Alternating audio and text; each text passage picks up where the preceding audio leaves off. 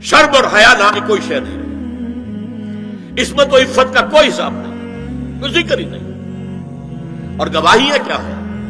President Clinton نے کہا تھا 2 سال پہلے یا 3 سال پہلے، وہ جو ان کی اینوئل سپیچ ہوتی ہے، state of the union address, اس نے کہا تھا عنقریب ہماری قوم کی اکثریت حرام زادوں پر مشتمل ہوگی۔ یہ حرام زادے کا لفظ میں نے ترجمہ کیا ہے born without any wedlock. ایک تو ہوتا ہے ایک مرد اور عورت کی شادی ہوئی ہے، نکاح ہوا ہے، پھیرے پڑے، کچھ بھی ہوا ہے، لیکن اعلانیہ طور پر وہ اب شوہر اور بیوی کی حیثیت سے ہے، تو ان کی اولاد ہو رہی ہے، جائز اولاد ہے۔ ایک بغیر شادی کی اولاد ہو رہی ہے تو یہ حرامی ہے، حرام زادے ہے۔ انہوں نے کہا کہ ہماری قوم کی اکثریت حرام زادوں پر مشتمل ہوگی۔ ہومو سیکسولیٹی، لیسبینز، گیز، اور بالکل ڈکلیئر کرتے ہیں، پادری ڈکلیئر کرتا میں گے ہوں، سینیٹر ڈکلیئر کرتا میں گے ہوں، انہیں کوئی شرم ہی نہیں، اس کے اندر کوئی حجاب نہیں، اعتراف کرنے کے اندر کہیں بھی کسی طرح کی رکاوٹ نہیں، ہچکچاہٹ ہی نہیں۔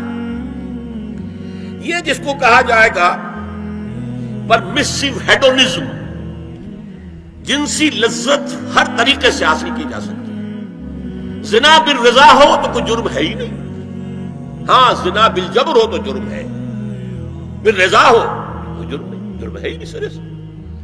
ساری اخلاقی اقدار کو اس طریقے سے انہوں نے ملیا میٹ کر دیا ہے۔ البتہ ابھی یہ تیسرا معاملہ کچھ عالم اسلام کی حد تک ابھی پورا ان کا پروگرام مکمل نہیں ہو سکا۔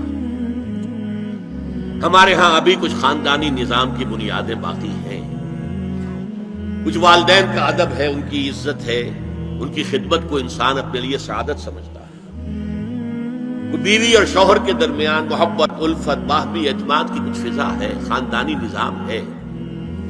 اگرچہ تیزی سے بگڑ رہا ہے نظام ہمارا، اور ہمارا ایلیٹ طبقہ اوپر کا جو ہے وہ مغرب کے طرز پر جا چکا ہے، لیکن ہماری مڈل کلاسز میں، لوور کلاسز کے اندر ابھی کچھ اقدار ہیں شرم کی، حیا کی، عصمت کی، عفت کی۔ آپ پورا زوردار طریقے پر مہم چلا رہے ہیں کہ مسلمان ممالک سے بھی یہ ساری اقدار ختم کر دی جائے۔ چنانچہ نوٹ کیجئے، قرآن مجید میں 2 جگہ پر اللہ تعالیٰ نے اہل مکہ کو وارن کیا تھا۔ اولم یروا انا ناتی الارض ننقصها من اطرافها، کیا یہ قریش دیکھ نہیں رہے کہ ہم رفتہ رفتہ ان کی طرف بڑھ رہے ہیں، چاروں طرف سے ان کے گرد ہمارا گھیرا تنگ ہوتا جا رہا ہے، ان کے گرد جو قبائل آباد ہیں وہ ہمارے حلیف بنتے جا رہے ہیں۔ یہ سورہ رات کی آیت ہے، اور اسی طرح سورہ انبیاء میں ہے افلا یرون انا ناتی الارض ننقصها من اطرافها۔ تو اسلام گھیرا تنگ کر رہا تھا رفتہ رفتہ کفار مکہ کے گرد۔ آج یہ برعکس ہے کہ یہ مغرب اور امریکہ کی عظیم قوت کو استعمال کرتے ہوئے، سول سپریم پاور آن ارتھ، آج یہ ہمارے گرد گھیرا تنگ کرتے چلے آ رہے ہیں کہ ہمارا معاشرتی نظام بھی تلپٹ ہو جائے، درہم برہم ہو جائے، ہماری اقدار بھی ختم ہو جائیں، ہمارے ہاں بھی عورت اور مرد بالکل برابر ہونے کے مدعی ہو کر میدان میں آ جائیں، عورت مرد بن جائے، مرد عورت بن جائے، مردوں کی شادیاں ہو جائیں کہ ایک مرد شوہر اور ایک مرد بیوی، اور رجسٹر ہو جائے شادی، لیسبینز کی شادیاں ہو جائیں کہ ایک عورت شوہر ایک عورت بیوی، اور رجسٹر ہو جائے شادی۔ یہ سارا کام ناتی الارض ننقصها من اطرافها، اس کی مثال کیا ہے کہ پہلے اس پروگرام کے تحت 1994 میں کانفرنس ہوئی قاہرہ میں، عرب ورلڈ کا وہ مرکز ہے، اس لیے کہ عربوں میں تعلیم کے اعتبار سے، ٹیکنالوجی کے اعتبار سے سب سے آگے مصری ہے، تو یہ چونکہ ان کا ثقافتی اعتبار سے امام ہے، وہاں جا کر انہوں نے ڈیرا لگایا اور ان افکار کی اور ان نظریات کا پرچار کا معاملہ کیا۔ دوسری 1 سال کے بعد کانفرنس کر دی بیجنگ میں، تاکہ ادھر سے اور ایک اور طرف سے گھیرا ڈالا جائے اور عالم اسلام کا جو یہ حصہ ہے ایشیا کا، اس کے اوپر اثر انداز ہوا جائے۔ اور اس کے بعد بیجنگ +5 کانفرنس ہوئی ہے اور یہ ہوئی ہے United Nations Assembly, United Nations Organisation کی جنرل اسمبلی کے تحت، اور یہ ہوئی ہے جون سن 2000۔ اب اس میں جو بھی ایک پرچہ تیار کیا گیا تھا ایجنڈے کے طور پر، اس میں جو سفارشات تھی وہ میں آپ کو بتا رہا ہوں۔ امپیکٹ ایک رسالہ نکلتا ہے لندن سے، اس سے میں نے یہ چیزیں لی تھی، اور انگریزی ہی میں ہم نے ایک دفعہ بڑی تعداد میں اس کو شائع کر کے تقسیم بھی کیا تھا، لیکن اس وقت میں صرف آپ کو یہ بتا رہا ہوں کیا فیصلے تھے، کیا کرنا ہے۔ نام اس کا کیا تھا کانفرنس کا؟ Women 2000، gender equality, development and peace for the 21st century. Preparatory document میں نمبر 1، ہومو سیکسولیٹی کو نارمل سیکسول اورینٹیشن قرار دیا جائے، کوئی جرم نہیں ہے۔ مرد مرد سے شہوت رانی کرے، عمل قوم لوط، یہ کوئی جرم نہیں، کوئی حرام نہیں، کوئی بری شے نہیں، نارمل اورینٹیشن ہے، یہ مزاج ہے۔